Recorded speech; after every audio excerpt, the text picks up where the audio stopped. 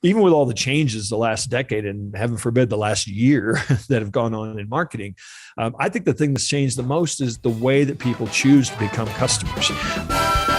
Hey friends, it's Steve. If I offered to write a client getting booked for you in just 60 days, would you take me up on it? I've recorded a 15-minute video showing you our magnetic author method and explaining how it all works. It's up now at magneticauthor.co/video. Welcome to the Unstoppable CEO podcast. I'm your host, Steve Gordon, and we got a fantastic repeat guest today. I'm talking with Jantsch. If you have heard that name, then you know Duct Marketing. You know the referral engine, one of my favorite books, and his previous book, The Self-Reliant Entrepreneur. And today we're going to be talking about a brand new book that John has written called The Ultimate Marketing Engine. In fact, he was kind enough to send me a copy. As you can see, I thought it was pretty good because I got a lot of stuff here that actually John has given me homework to do to improve what we're doing. He's the founder of Duct Marketing Consultant Network and trains and licenses consultants all over the world in his methodology. John Jantsch, I'm really excited to have you back. We don't bring many people back on, but I'm so glad we got you. Well, I appreciate it, Steve, and I certainly appreciate the support. And I love seeing those little sticky notes in there because nothing pains me more than when people tell me, "Oh, I love this book. I read it cover to cover." And I said, "What did you do?" Well, nothing. I mean, that's obviously what I really want people to do is take action. So that's awesome. Well, so I've read all of your books and put a lot of that into practice in our own business and our own practice. It was, we were getting ready for this. You said, well, this is the first new marketing book you'd written in a decade, which is pretty exciting. As I went through it, clearly there's a lot of new thinking in it. Where did the idea come from to jump back into writing a book? Well, one of the curses, maybe, no, I wouldn't call it that at all, except that writing books is hard. But one of the things is if you write books and they seem to sell well, people want you to write another one. And so there's always a little bit of that draw from publishers and whatnot. And as you noted, my last book, The Self-Reliant Entrepreneur, was a bit of a departure. It was not a marketing book at all. And really, in any sense, it was almost verged on being a self-help book. And in a lot of ways, that was kind of a break for me to take the couple of years to research that, to write that, to sort of immerse myself in it. And, I'd written a lot of stuff about marketing. I continue to practice marketing every day. We have an agency and we train consultants, as you mentioned. But I just felt like I didn't necessarily have anything new to say or innovative to say, other than the fact that obviously marketing has evolved. With this book, I actually signed the contract for this book March 15th, 2020. And listeners might think back to, gosh, what was I doing March 15th, 2020? It was right when, we thought the world was going to end, right? And right. Really experiencing once in our lifetime, at least, event. And, I thought to myself, well, gosh, what am I going to write about now? How is it not going to be colored by this? And certainly nobody wants How to Market in a Time of COVID. Nobody wants that book. But what I saw in really trying to scramble and work with my clients and figure out, gosh, what's going on? How can we support them?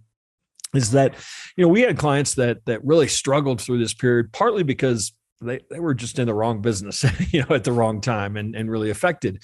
But I also had a lot of clients that not only survived and in a sense thrived through this. And it wasn't because they were in some opportunistic, position.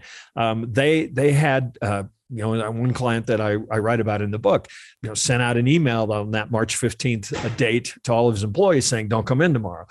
50 employees, don't come in tomorrow. We don't know what we're going to do. All of his clients' projects in progress said, we're halting all projects right now. I'm sorry. And what I was, because I advised them so much, I got a lot of the replies, and I was just so struck by the outpouring really of, hey, we're with you. You're doing the right thing. Even if we have to put this on hold for 6 months, we're going to stick with you. And to me, it shone such a really bright light on something that's fundamentally always been true. And, that's that a lot of businesses grow and scale in good times just because there's a demand for what they do. But businesses that thrive and survive in tough times, a lot of times do it because they're meaningful in some way to their customers. And as I said, I think that's always been true, but that really sparked in me the idea of writing about this idea of what if we started looking at our customers as members? What if we started thinking in terms of where they are, what stage they're in today when they come to us, but what if we built our entire business around taking them to where they want to be? I use the word transformation, over transaction, as really the driving force for building our business. So this book is a in a lot of ways, it's a high level strategic book, but I also think it's a workshop too. I mean, it really, I do give you a lot of action steps. I've broken it down. The subtitle is 5 Steps to Ridiculously Consistent Growth. And I think that I really kind of boil marketing all down to, the ultimate marketing engine is a successful customer. Well, I tell you, the trend that I keep hearing over and over again throughout business is this: we're sort of leaving the tactic level because yes. that proved to be not very durable under the stress that we've all been through. Yeah. And this sort of higher level, I don't know if connection is the right word. I don't know if community is the right word. I think those are part of it, but sort of better serving the customer and giving them something more than just what, as you say, transformational versus transactional. I think that's kind of the key. It always has been, but the internet seems to have given us so many tactics that we were just sort of drowning in all the tactics, trying to figure it out for about a decade. Yeah. And I think we're getting past that.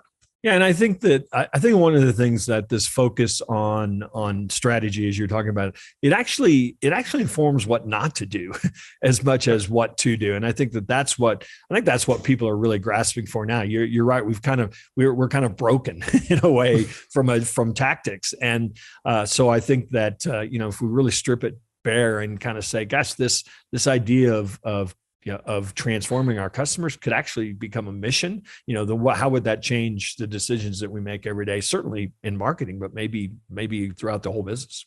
Yeah, absolutely. So in the book, you said that you've got 5 steps. Yeah. I noticed that between step 1 and where step 2 starts, there's an awful lot of material. In fact, maybe the bulk of the book. So step 1 is called the marketing hourglass. Is there a reason that's got so much emphasis? Yeah. So if I can jump a little bit ahead, in some ways, step 1 ought to be step 3.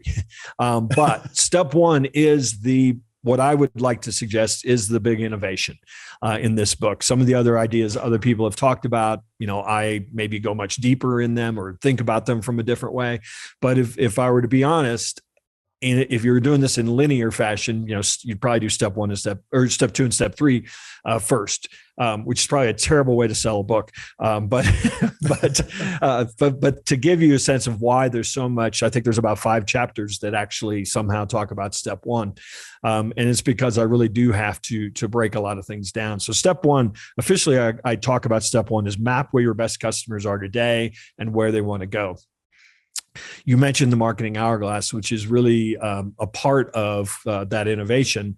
And for me, it's the customer journey that can be the framework for how we think about our entire business. The term customer journey is one that thankfully about 7 or 8 years ago kind of overtook the phrase marketing funnel, but there's certainly still a lot of people that think about the customer journey as, create some awareness, then get them interested and then sell them something. And that's pretty much the end of marketing. For 15 years, at least. In fact, I think the marketing hourglass actually first appears in the referral engine. And I've continued to work this concept. And the idea behind the hourglass is it still borrows from the funnel metaphor. You do still have to get some percentage of the market interested in what you're doing. But where it dramatically changes is that when somebody decides to become a customer, we flip the funnel over. And actually, that's where the opportunity to really expand your marketing, in my opinion, occurs, because to me, the best source of lead generation has always been happy customers. So our hourglass, or our customer journey, has 7 stages, and they are know, like, trust, try, buy, repeat, and refer. And I just think that more accurately reflects the journey that people go on, because even with all the changes the last decade, and heaven forbid the last year that have gone on in marketing, I think the thing that's changed the most is the way that people choose to become customers. A lot of our journey is actually out of our hands, out of our sight. And so I talk more about our job as marketers is less about creating demand and more about organizing these 7 behaviors. Yeah. Okay. That it now makes sense because you're doing a lot of re-education there as we go through. So can you just briefly walk us through as a business that is approaching this sort of for the first time, the various stages of the hourglass and what they should be thinking about as they're trying to map this out? Because you've got some exercises, I know. Yeah. And I've worked with people and trained people to use this tool, maybe some of them as much as 10 years.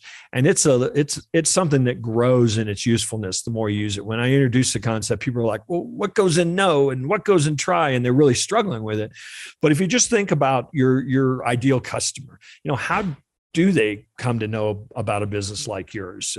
If they came to know about a business like yours, or even a competitor, what would be their process for making snap decisions about? Okay, is this somebody? Do I like their message? Is this somebody that that seems to be talking my language? I mean, it's all the way that we. In fact, I really love to suggest that people just think about their own buying habits. That we actually want to participate in these behaviors. If we have a problem, we want to know somebody who can solve it. We want to find, some solution providers out there. And then as we start to analyze those solution providers, we are going to make snap judgments about, if you go to a website, obviously in my business particularly, and it looks like it was built in the 80s, I'm probably not going to go much farther. I mean, regardless of what I think they can do for me. So we do make those kind of decisions. And a lot of times, as I said, those decisions are being made without us even knowing a prospect is analyzing us. And then, of course, before we make a decision, or before we even pick up the phone in some cases, or schedule a meeting, we're going to start saying, do other people trust this company? Can they prove that they get the results? Do they have reviews? Is there social proof that other people seem to believe? Because again, that's still part of our process or our journey of trying to select somebody. Today's buyer has the ability to do so much research that before they ever really pick up a phone or fill out a consultation form, they're generally speaking. In fact, I'm really shocked when somebody comes to me or contacts me and they know very little about me. Because that's just not the way people buy today. And then again, I love it when I have the ability to try what it might be like to work with a company, and that can be a free 30-day software trial, but it also can be a webinar, or it can be, digging deep into their content. And then of course, all of us have had a great experience deciding to buy something from somebody only to be let down when the communication afterwards broke down and they didn't meet our expectations. So, we all want to have a really great buying experience, or because we all suffer from buyer's remorse. So we want some confidence back there. And then of course, if I find somebody that meets my needs, I don't go shopping again. I call them back up and say, it's time to do it again. I think we all like that convenience. And then as human beings, I think we're wired to talk about companies that exceed our expectations, that surprise us in some way. And certainly that if asked, we will refer those kinds of businesses. So I think if you think about it that way, then the question just becomes, thinking of our ideal customer, what do we need? What are they doing when they're out there trying to solve that problem that they're not really sure of how to solve? What would make them like us? I mean, in the like category, I put, does your site load fast? Are your forms intuitive? Things like that. Obviously the message, do I feel like you're talking to me? Trust can be logos. It can be of other businesses you work with. It can be case studies. It can be social proof from reviews and from views on YouTube. I mean, as examples. And then of course, try can be a lot of things, everything from trying a low cost product all the way through, like I said, a lot of businesses, when you pick up the phone and call them, you're trying them out. I mean, what happens when that phone gets answered? So try can be a lot of things. So the point is that if we just at least analyze the experience that our customers having today, the experience that, and then we can start filling in the gaps and say, okay, intentionally, when somebody buys, what's the transaction look like? What's our onboarding process look like? What's our orientation look like? And of course, in some cases, my experience tells me it looks like nothing. there isn't one, or it's made up by whoever's doing it that day. And so that's really the point of this, is that this can be a framework that'll help you identify how to create a better customer experience, also identify where you've got gaps. And for us, in many cases, when I work with a business, we can do this as a starter project almost, and it spins off 15 things that need to be done. And so it just gives you the roadmap for where can we work on things that are going to have the most impact. I love that. I'm such a big fan of frameworks, because you take something that is so big that it's almost impossible to wrap your head around, unless you can break it down into these boxes where you can think about it in all the different stages and focus your thinking and improve parts of it. Yeah. I just find them to be really, really helpful. Well, and so especially in the world of small business, I mean, they're overwhelmed because they're taking out the trash, and they're doing everything else too. So to have kind of a ready made spreadsheet even of stuff we need to go back and focus on, it allows you to say, okay, in the next 6 months, these are going to be our priorities. Yeah, well, and I think let's put a little emphasis on that, because the folks who are listening are mostly professional services. They're going to be smaller businesses, and they are overwhelmed because they're both the product and the salesperson and the CEO all in one, right? Right. So sometimes when you're in that position, you can become the victim of what I call a marketing drive-by. The AdWords guy drives by the office, and all of a sudden your wallet's a little lighter, because you didn't think through these things strategically. And you got to do something. Yeah. You're susceptible to that kind of stuff. And this sort of insulates you and gives you a way to plug those things in. Those tools are all great, but only if they're plugged into a functioning kind of, as you say, a journey all the way through, using the hourglass concept. Yeah. I mean, for us, I mean, we have a lot of people that come to us and say, I need a website, or I need content, or I need AdWords. And yes, you do, but let's back up now and let's build the foundation so that when we're running those AdWords, they're actually going to be valuable. You're actually going to convert, because you're going to target the right person with the right message, and send them to the right place, based on where they're on the journey. And so then all of a sudden that stuff becomes extremely much more effective. So the second piece of this, which you said maybe should be the first piece, is the customer success track. And that's kind of related, but so how does that fit in? Yeah. So I really blend those into the first step, because they do depend on each other. You have to create this hourglass framework to understand your customer journey, and to start thinking about the things that you need to build to guide the customer through these behaviors. If you think about a map, the hourglass is the big, giant, unfolded map, and the customer success track is sort of the inset, that when you want to drill down to when somebody becomes a customer. And so it's really how you explode that service that, particularly in your listeners, you mentioned professional services. It's really how you expand what it is that you do for them. And the idea behind the customer success track is to start trying to better understand the stage that most of your clients come to you today. I don't know about you, but most of the clients come to me trying to solve a certain problem. They're really not getting much marketing traction. Their website's not doing much for them. And so we've kind of identified that stage as foundation.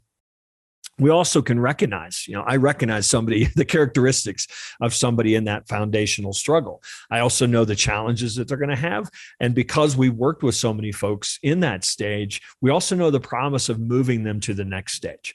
And so the idea behind the customer success track is we're able to develop where we think most of our customers come from, what stage they're in, and we're able to develop then what's the next stage and the next stage and the next stage. If we were to mature their marketing with them, what would that look like? And so but in our particular case, for marketing, have 5 stages, and they all have their own characteristics and challenges and promise to get to the next stage. And what that also allows us to do, and this is the hard part, but boy, this is the payoff, is that it allows us to create milestones then for each of those stages where we're able to ask yes or no, have you done X? And if the answer is yes, great, check it off. If the answer is no, here are the set of tasks we have to complete. So it almost becomes, in a way, it's not only a sales message to the client or prospect to say, look, here's where we're going. It's a great way to delegate and train and hire inside our organization, because it is a very clear, almost guaranteed roadmap. And a note about this idea of milestones. Effective milestones can only be answered yes or no. We don't have a milestone that says, is the website effective? Well, I don't know. It depends on who's looking at it, I guess, right? But we do have milestones for things like, does the website load effectively on a mobile device? Yes or no. And so that becomes a milestone. So what we've done in this book, and with when readers get this book, and then you'll see that there's also a companion resource site for the book. You'll actually get my entire roadmap of milestones for marketing. I mean, if you want to do marketing in your business, you're going to have the roadmap. But my real goal is then, and this is probably why it takes 5 chapters to get there. My real goal is to actually suggest that just about any business can do this for their client base, regardless of industry. And of course, B2B service businesses, I think, will probably look at this as a no-brainer. It will make sense in terms of how they probably practice anyway.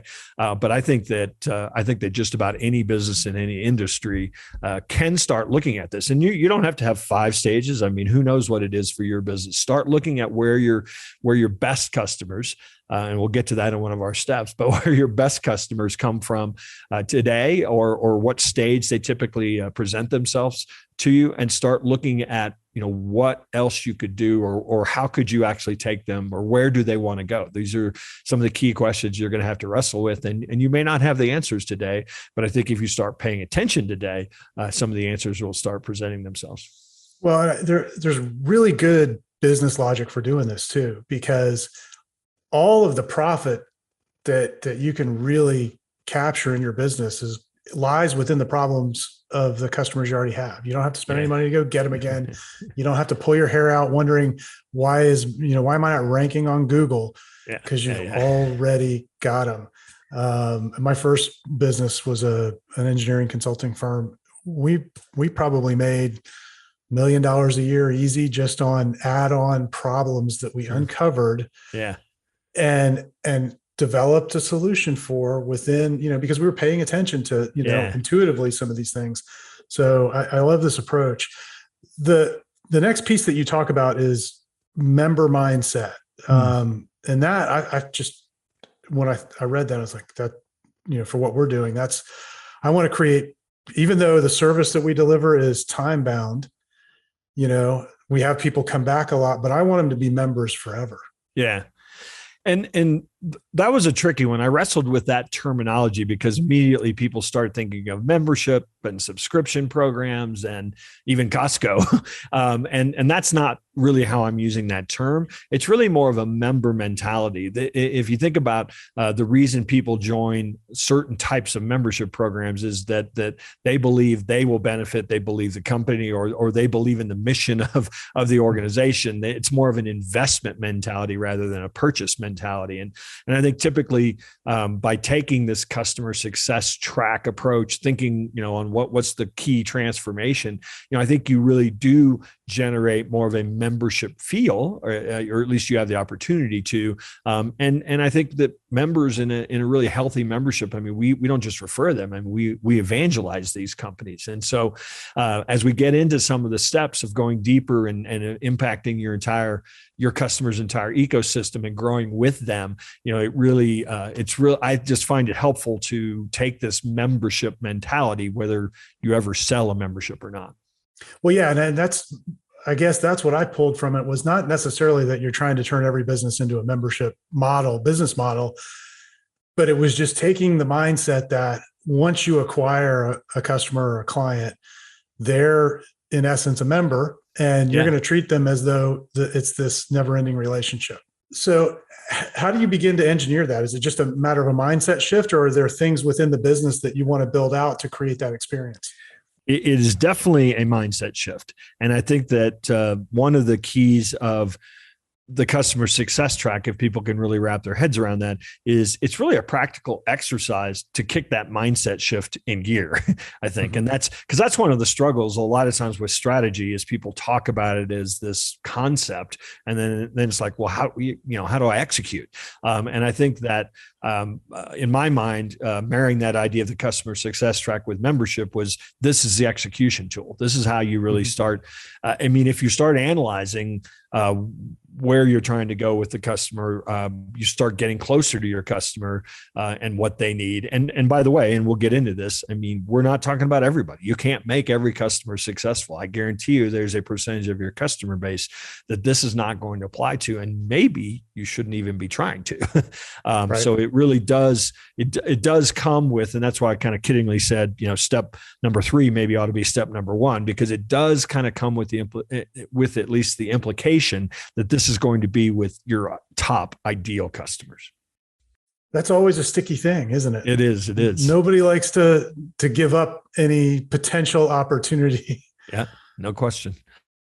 Yeah. And I kind of kid about it, and I've done, the reason I can kid about it is I've done it myself. And you have a slow Tuesday, and the next phone call asks you to do something you don't know how to do, but you figure how hard can it be. And, they're not in your target market at all, but hey, they said they'd pay you. And what I think we underestimate, and this is hard.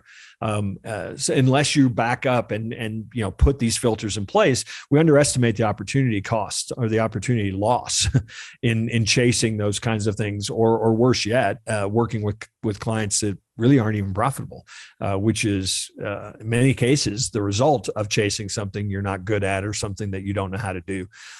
So this idea of narrowing your focus, and I go as far as really pushing people and saying to the top 20% of your current client base is where you want to spend your time and energy developing this customer success track. Typically, for me, top 20% means profitable. They're referring. They have the right problem. You actually can deliver value to them. I think that's a lot of gets left out of the equation quite often. It's more about who can I go get rather than who am I really equipped to serve and give value to. So that's kind of how I talk about this 20%. It's not just a revenue number. That may be part of the equation, but it's certainly not the only part. And the idea is that I think that if you spent more time focused on that group, some percentage of them would do 10 times as much business with you. And even some small percentage of them might do 100 times more business with you because you've already got that trust. And all the real key is to show them how to do it or to let them tell you how to do more business with you. If you've got great relationships, these are customers you like working with, and a lot of professional service providers, have personal relationships with their clients, then to me, it's a much more enjoyable way to grow your business than going out there and risking, what a new engagement might look like. Well, I think it's a more stable way to grow it over time. Yes, you want to continue to be bringing in more people like that and growing those relationships, but those relationships are usually pretty durable. And you alluded to it in the beginning, talking about some of your clients who actually sort of thrived over the last 18 months. And it was really because they had these sort of relationships at the core, it sounded like. Yeah. And the other thing about as I said, narrowly defining your ideal client, you already hinted at one, is that then you build your messaging around attracting more of them as part of the process. But also what I've discovered over the years, I don't know about you, Steve, but they seem to also know my ideal client is because they have the same beliefs and behaviors and values. And so they are going to also refer the best people. Yeah, absolutely. Well, and I can always tell when I get that person on an initial call, because it's like we're birds of a feather too. They're my ideal client, or your ideal client. If you're listening, they're your ideal client, likely because you have a lot in common. You think very similarly.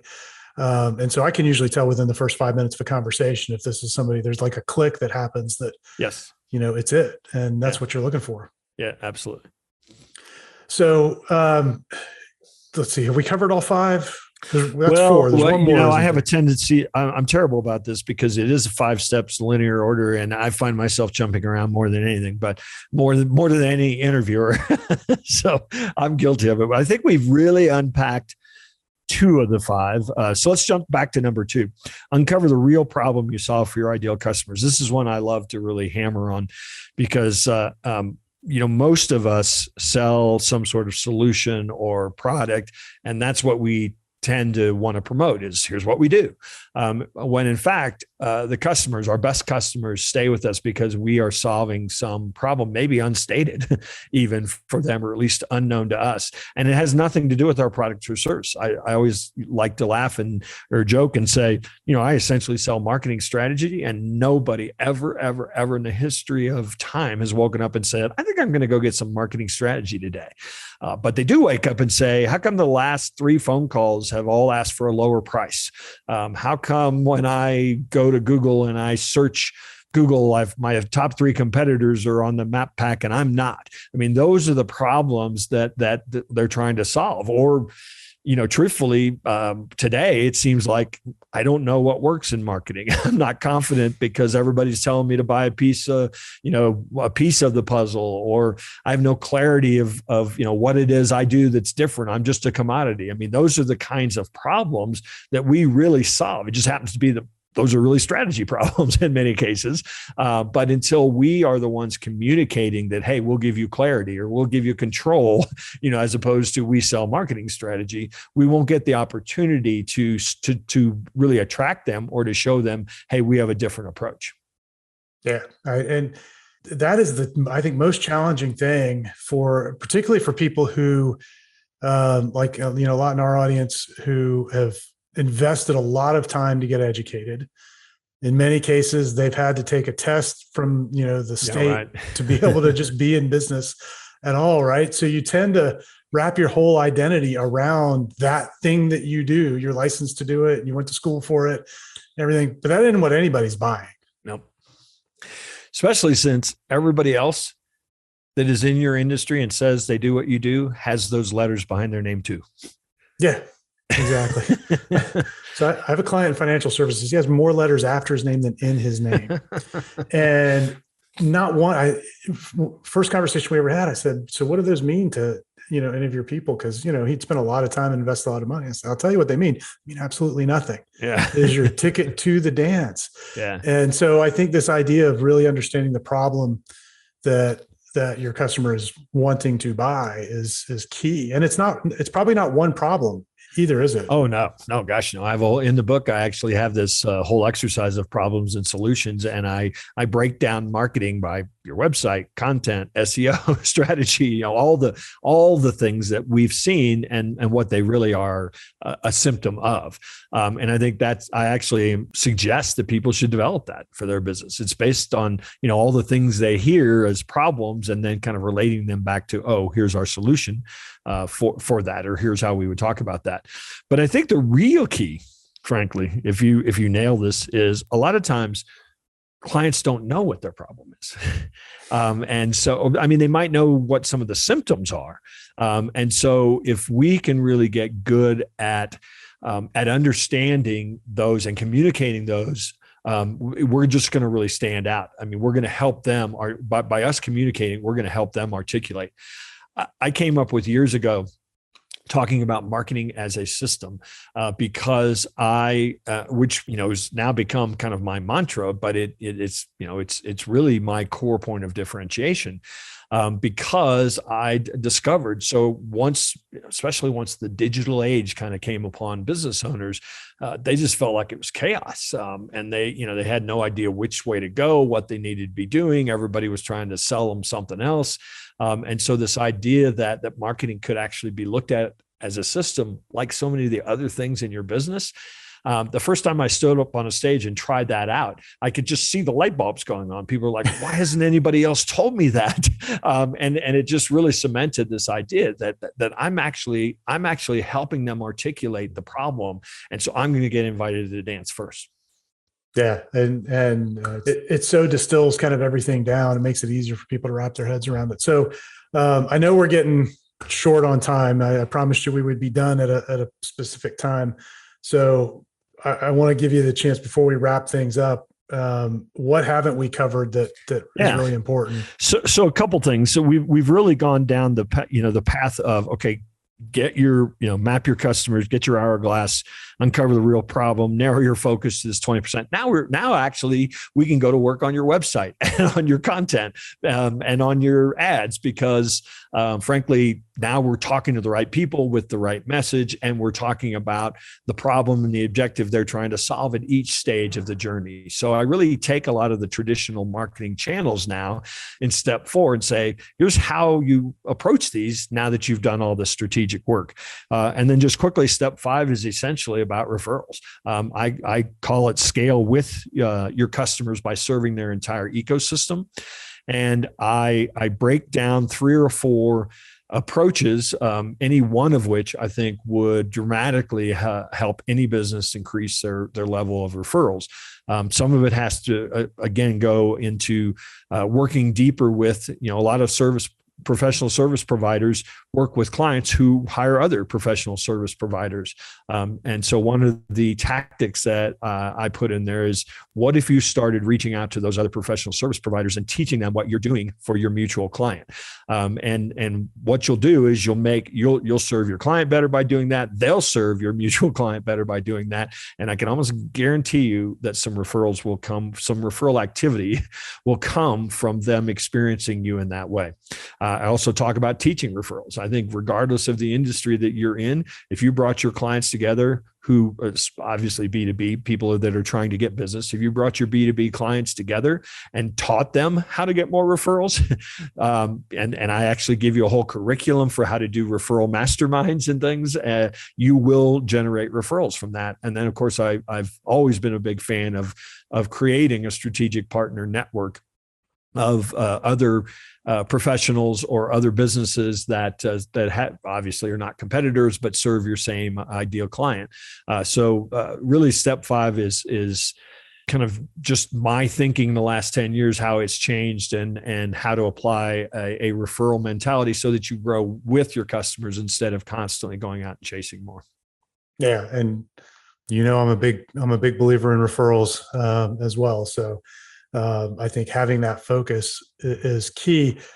But it's one thing to talk about that. All of the stuff that precedes in this approach really helps you build a business that generates referrals on its own, because you've created results and such an experience for the customer that then the next stage is kind of a foregone conclusion. Where I think a lot of people go wrong is they don't do any of the stuff leading up to it. And then they show up and go, so do you know anybody that needs, whatever you do today? Yeah. I often say that just what you said, the first half of getting more referrals is to be more referable. And then I can come in with this last step and actually amplify your I'll show you how to amplify your referability. But yeah, if your customers aren't having a good experience, there's no hack. There's no referral hack that's going to make that work. Yeah, absolutely. Well, John, it's been an absolute pleasure. I wish we could sit here and talk all afternoon. As we're recording this, it's Friday afternoon. You're in beautiful Colorado. I'm in sunny Florida, at least for the moment. And I love talking about this stuff. Folks, first of all, where can they get the book? Yeah. So it's just, I have a website for the book. Obviously, you can buy the book anywhere you buy books, but I have a website called theultimatemarketingengine.com. And depending upon when you're listening to this, it will come out September 21st. You can pre-order. And if you go to theultimatemarketingengine.com and pre-order, I've actually got a free companion course that you can come back and grab. That's 6 videos of me talking about and unpacking a few of these lessons like we did today. But I've also got some resources there, some checklists and forms and tools that'll help kind of guide you through doing some of these exercises. And obviously, when the book lands on your doorstep, you'll have the full text, and you'll also gain access to the full website of resources. Because this is something, Steve, that we do, and so we develop tools all the time around this, and modify and change these tools that we use in our own practice. So you're going to get the whole toolkit. Oh, fantastic. Get the books, folks. As you can see, I've been doing this for a long time and thought I knew, well, I don't know if I knew it all, but I knew a lot. and I learned a lot from the book. So get a copy of the book. I know you've got some other events. Do you want to share that with the audience with workshops and things, or? Yeah. So another thing you can do, if you go to the Ultimate Marketing Engine, and you can get 2 free chapters. That's another way that you can start kind of diving in right now today. That'll put you on a list that I'll actually send you out some things. But in September, we're going to run a couple workshops. So we're going to actually take people through a couple of these exercises in a basically a morning to, since we're not getting together in hotel rooms and things, we'll do this all virtually, but it'll give you a chance to really take some practical application. So I appreciate that, Steve. So if you get on that list, you'll certainly be notified. Perfect. Well, John, it's been a pleasure. Thanks for investing some time with me. Congratulations on the book.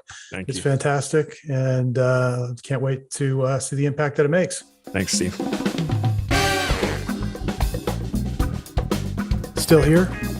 Excellent. Let me tell you about what's coming up at the Unstoppable CEO. In October, we're relaunching a program we haven't done in over a year.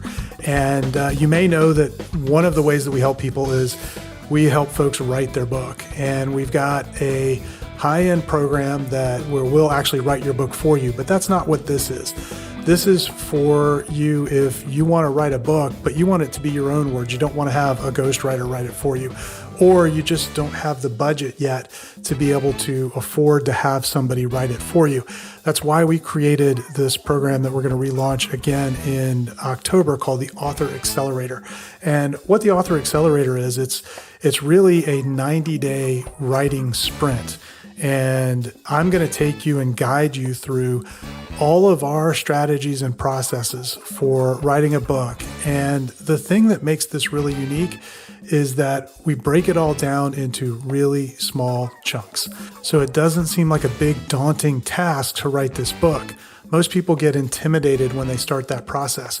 Well, we break it down so it's just 30 minutes a day over the course of these 90 days, and you'll have it done. In fact, you'll have the book written in much less than that.